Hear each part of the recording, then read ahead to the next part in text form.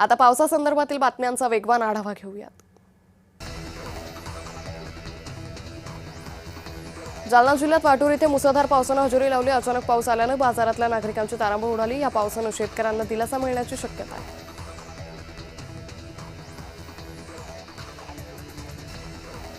ठाण्यात मुसळधार पाऊस पडलाय। सखोल भाग असलेल्या वंदना बस स्थानकाबाहेर पाणी साचले। वाहन चालकांना यात साचलेल्या पाण्यातून प्रवास करावा लागतोय।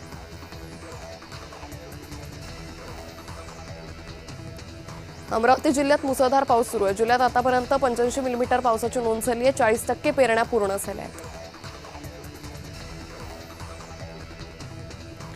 हिंगोली जिल्ह्यात दमदार पाऊस झाल्याने बळीराजा सुखावला। सोयाबीन कापूस हळद पेरण्यांना वेग येण्याची अपेक्षा शेतकरी वर्गातून व्यक्त होते।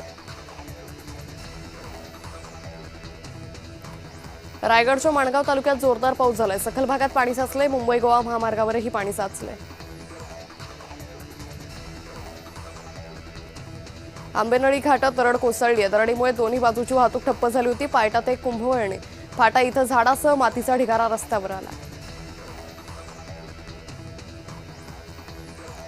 हिंगोली जिल्ह्यात पावसाने जोरदार हजेरी लावली। देऊळगाव जहांगीर गावाच्या शिवारातील ओढ्याला पूर आलाय। 30 ते 35 जण शेतात अडकले।